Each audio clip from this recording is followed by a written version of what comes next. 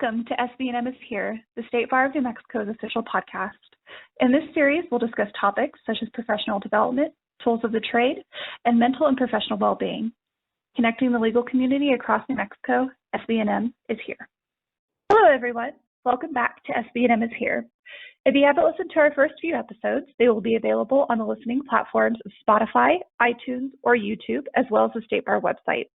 Make sure to subscribe on your preferred platform to receive notifications when a new episode is ready. This episode is sponsored by the State Bar of New Mexico's Legal Service and Programs Committee.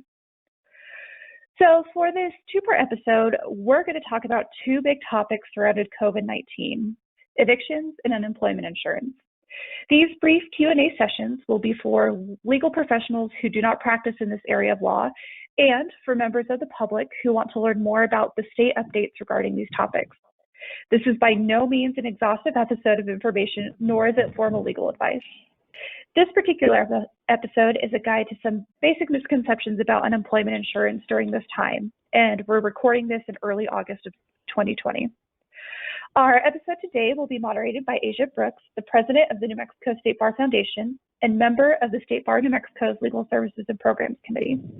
We also have Alicia Clark, who is an attorney from New Mexico Legal Aid, who will be answering some commonly asked questions. Ladies, thank you for both being here today, and feel free to take it away. Thank you, Morgan, for that great introduction. My name is Asia Brooks, and I am the Foundation President of the State Bar of New Mexico. First, I just want to kick this off by giving a brief explanation of New Mexico Legal Aid. That's the organization that helps with some of these issues that we're going to be talking about in these two episodes. So New Mexico Legal Aid provides free civil legal assistance to low-income New Mexicans. New Mexico Legal Aid's areas of practice are housing law, consumer law, domestic violence, and related family law and public benefits. New Mexico Legal Aid also has a Native American program, a volunteer attorney program to coordinate pro bono services and clinics, a low-income taxpayer clinic, and several other special project areas. They have offices across New Mexico. Applicants can apply for services by phone at 833-545-4357. The intake line is open Monday through Friday from 10 a.m. to 3 p.m. People can apply online at any time by visiting www.newmexicolegalaid.org. Qualified applicants will either receive advice from an attorney by phone or representation in court if the case is within priorities and there are available attorneys. So today on our podcast, we have a staff attorney from New Mexico Legal Aid who specializes in benefits issues. Her name is Alicia Clark. We are so happy to have her with us this morning, and we will be talking to her about unemployment insurance today.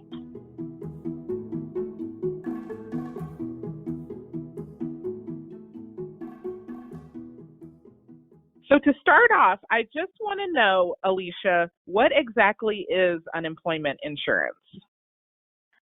Unemployment insurance is a joint federal-state program that provides cash benefits to eligible workers.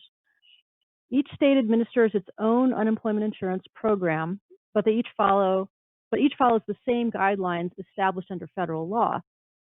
UI benefits are intended to provide temporary financial assistance to workers who are unemployed due to no fault of their own. In addition, to be eligible, displaced workers must meet threshold requirements in regard to wages earned and time worked during an established period of time called the base period.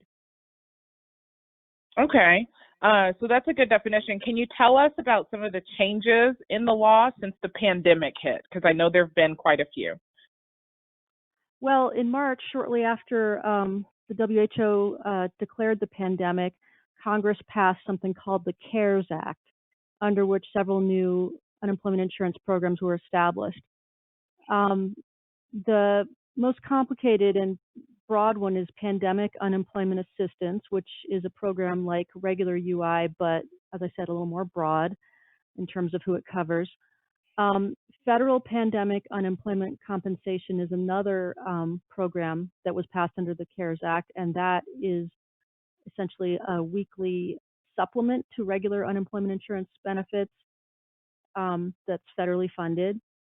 And then the last program that was passed under the CARES Act is called Federal Emergency Unemployment Compensation, and that is a 13-week extension of the regular state benefits that's federally funded.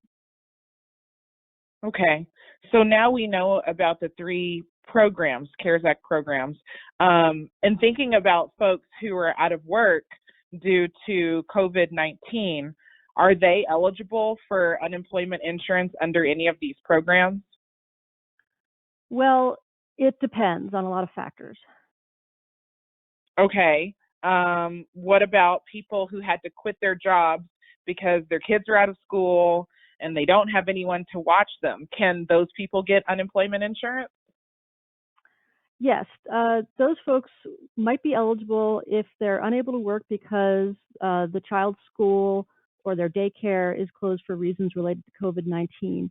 However, I'd really urge those folks to talk to their employer before simply quitting their job due to the child care issue. It's really important to, anytime you quit your job, to talk to your employer about ways that you might be able to keep your job, such as requesting an alternate schedule or a temporary leave of absence until the issue can be resolved. Yeah, that makes complete sense. What about another category of folks? What about people who quit their job because of their concern about being exposed to the virus while at work? This is probably the most tricky area or factual scenario. These folks will probably be eligible if before quitting, they first took reasonable steps to preserve their employment, such as by working with their employer to discuss options to limit their exposure to the virus. So if this is you and you did attempt to work with your employer to discuss your options to limit your exposure to the virus before quitting, and your employer refused to take reasonable steps to protect you, your claim will probably be approved. But I really just can't overstate the importance of making every effort to talk to your employer and give them a chance to figure out a way to keep you safe on the job first before you quit, in terms of increasing your odds of being found eligible. So it sounds like it's really important to kind of, before you just quit, work with your employer to try and figure out if there's any sort of modifications that can happen. Let me give you another scenario. What about the many people who were laid off because their workplace is closed? Are they eligible for unemployment insurance? Yes, they will be eligible. As a general rule, yes. I mean, if the workplace is closed, almost absolutely yes.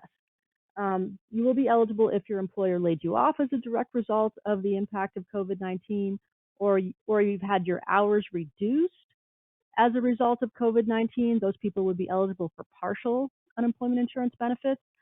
And if you're unable to work as a direct result of COVID-19, even if your employer didn't necessarily close, like, for example, substitute teachers who are unable to work because the schools are closed or classes are all online. So yes.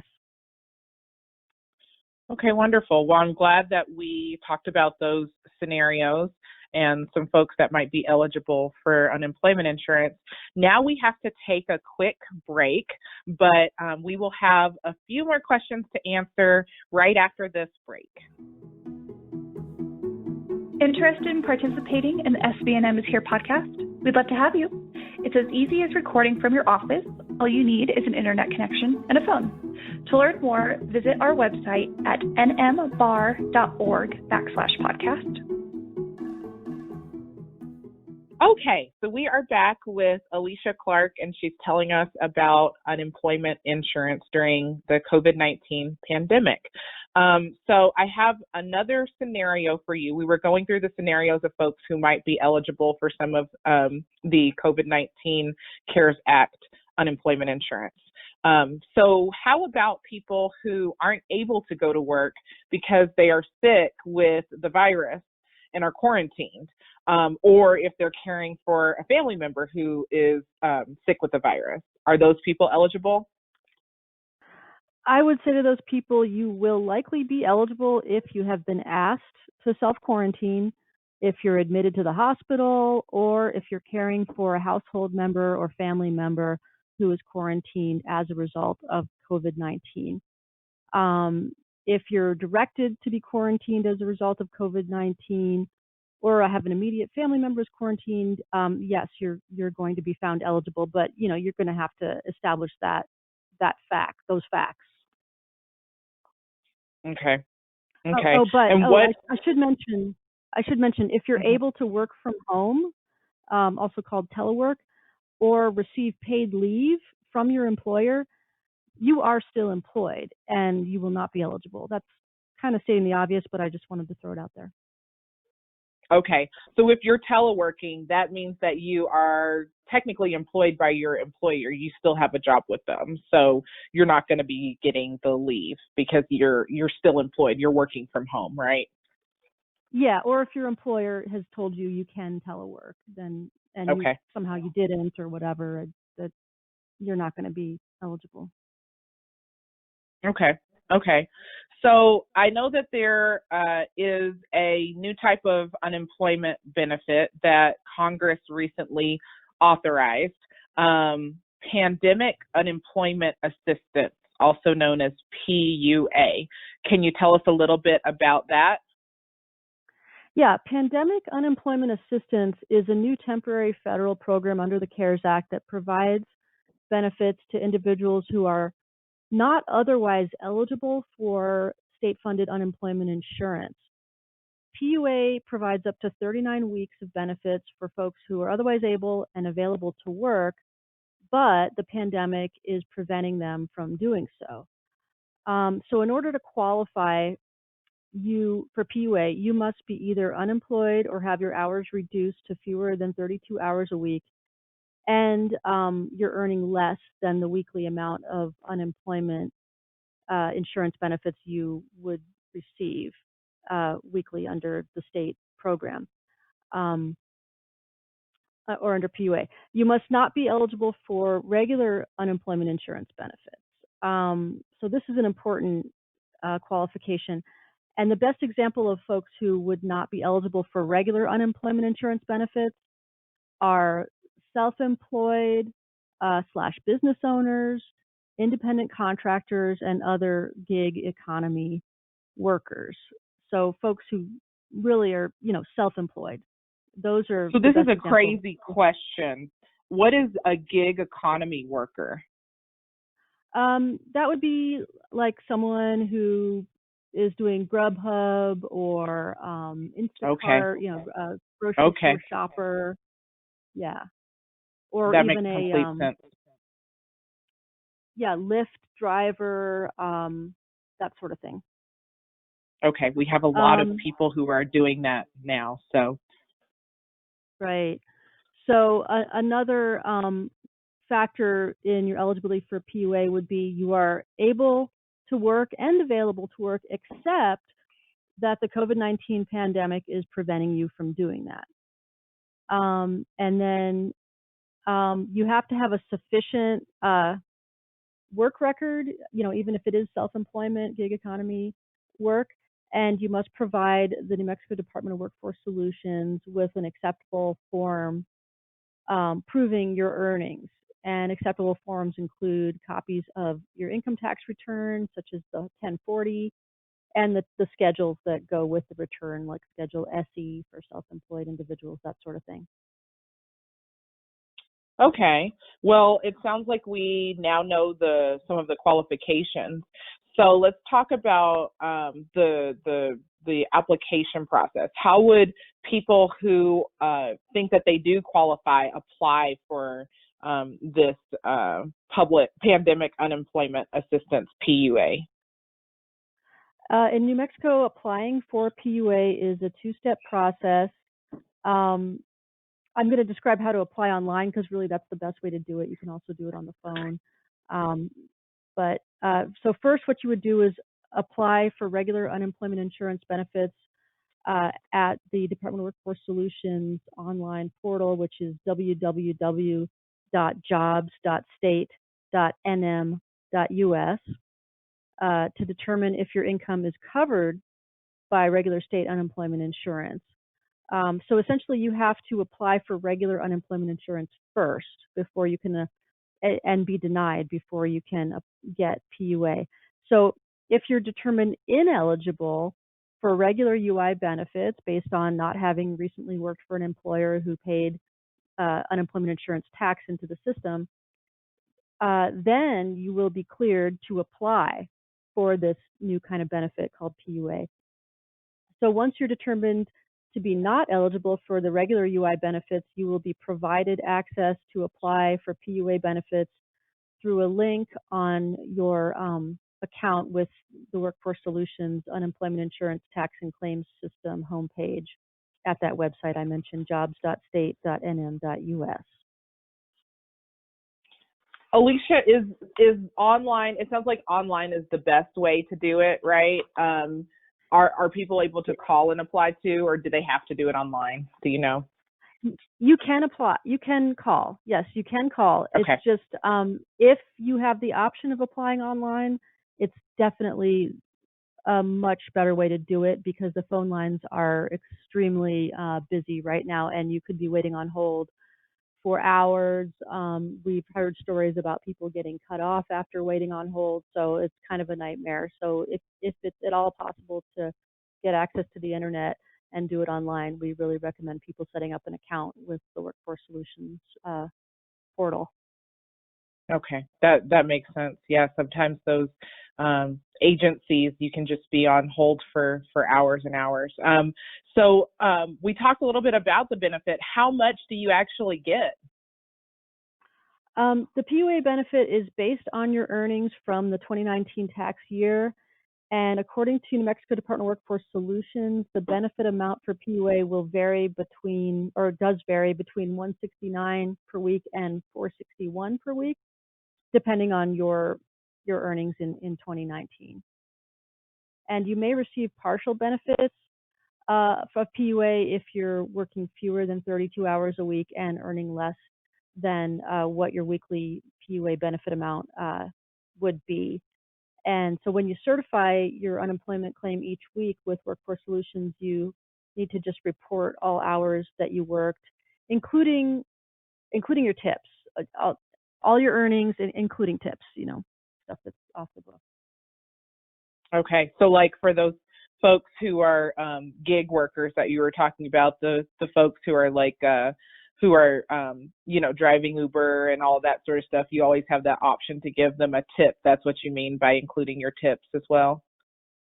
Yeah, tips do count as earnings, so yep. You do have to report all earnings. Okay. And so when does the PUA benefit kick in? Your PUA benefits can be backdated to the date that your employment was affected by the pandemic, even if you applied for the benefit later. So that's okay. Good. That makes sense. That makes sense. So let's shift a little bit because I know that information is coming out daily. There are so many changes, so many new things that are happening as a result of this pandemic. And so one of the big topics that has been in the news lately is the extra $600 per week. So I've heard about that in the news. What is that, and did it just run out? What is going on with that? So that extra $600 a week that Congress added on to everyone's weekly benefit, whether it was the PUA benefit or the regular UI benefit, is called Federal Pandemic Unemployment Compensation, or FPUC. And Federal Pandemic Unemployment Compensation is a supplement, and it provides individuals who are collecting UI benefits or PUA benefits an additional $600 per week. As you mentioned, it did just end on July 25th of this year, and Congress is currently working on legislation that would replace this supplement But from what I'm hearing, it sounds like it's unlikely that this supplement is going to be $600 a week. It's probably going to be less because of concerns about, how it's affecting the economy, and maybe it's discouraging people from working. I don't know. Obviously, that's a matter of opinion. So they're Right. working on Yeah. it. And Yeah. it sounds like that's kind of a hot topic these days is what Congress is actually going to do, and everyone's kind of in a holding pattern until they make some decisions. So it'll be interesting to see what they decide to do in the end. I've also heard that there might be another stimulus check coming, and part of the calculations that they're trying to make is if we give people, this money, are we still going to give them a stimulus check? All of that sort. So there's so much that's going into these considerations. So another question: what about the extension of benefits that you mentioned before? Yeah, at the beginning, I mentioned the third program that passed is called, it's a 13-week extension of benefits from the normal unemployment insurance period of eligibility. So normally New Mexicans who qualify for unemployment insurance only get benefits for 26 weeks, which is roughly equal to 6 months.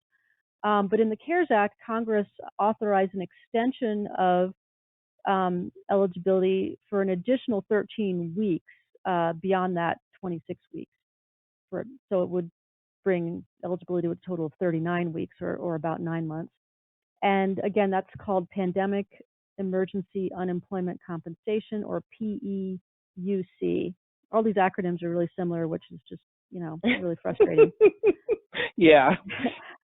But so you're eligible for PEUC if you have exhausted all rights to regular state or federal benefits, you're not currently eligible for state or federal unemployment benefits, and you are able and available to work and actively seeking work, except in instances where COVID-19 has made it not possible, including illness, quarantine, or stay-at-home orders.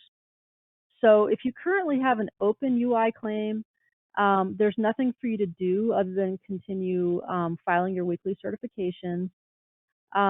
What you need to do in order to get this extension is wait for the week after your benefits are exhausted, and then you apply for this extension, the PEUC. So the way to do that, when you log into assuming you've got an online account, when you log into your claim, there will be an option on the left navigation that says apply for federal extension benefits. And so that's how you apply. And if you remain totally or partially unemployed when your benefit year ends, you must file a new application for regular UI before the PEUC application can be considered. So basically, it's sort of a last resort kind of thing. You have to be ineligible for the regular benefits before you're going to be able to apply for the federal extension. And if you are found eligible, you're going to receive the same amount of unemployment insurance benefits as you got during that previous 26 weeks. Okay. Well, I want to thank you for giving us this information. There have been, like I said, daily changes in this area of law. And so I know that for members of the public, sometimes it can be very confusing when there's so much information out there. So I really thank you for clarifying a lot of this. And you work for an organization called New Mexico Legal Aid. We gave a little brief summary at the beginning of this podcast about that organization. Can you tell us how New Mexico Legal Aid specifically helps people with unemployment issues and how they can get a hold of you all and your agency? Well, we help with all types of employment issues, really any kind of, sometimes people even have overpayments that they owe to Workforce Solutions, or they get charged with fraud and they have a penalty and they're not eligible. So we help people with all types of unemployment issues. And the level of assistance that we provide ranges from advice all the way to full representation. It really just depends on the case. But the best way to contact New Mexico Legal Aid is by applying via phone at 833-LGL-HELP, which is also 833-545-4357, or else you can also apply online through our website's application portal, and our website is www.newmexicolegalaid.org. Well, thank you for that information. Thank you, Alicia, for joining us on this podcast. I'd also like to thank the State Bar of New Mexico and also the Legal Services and Programs Committee of the State Bar for making this episode possible. We will also be doing a companion episode with another staff attorney from New Mexico Legal Aid, and that episode will be on evictions and landlord-tenant situations.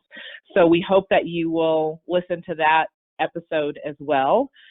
We just want to say thank you for tuning in, and we hope this was helpful.